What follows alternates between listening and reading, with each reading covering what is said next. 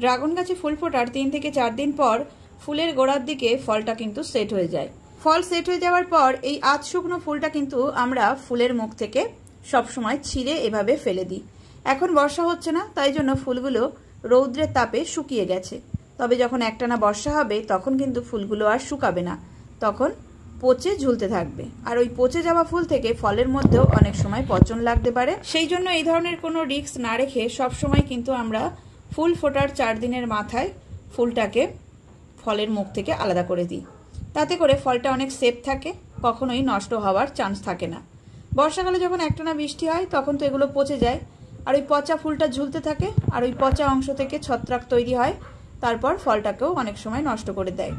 অনেকের দেখবে ফুল ফোটার পরও কিন্তু ফল নষ্ট হয়। এই শুকনো ফুলগুলো কিন্তু আমি ফলের মুখ থেকে আলাদা করি, তবে বাচ্চাদেরকেও একটু শিখিয়ে রাখছি। যদি কখনো আমি বাড়িতে না থাকি, কোনো কারণে বাইরে থাকি,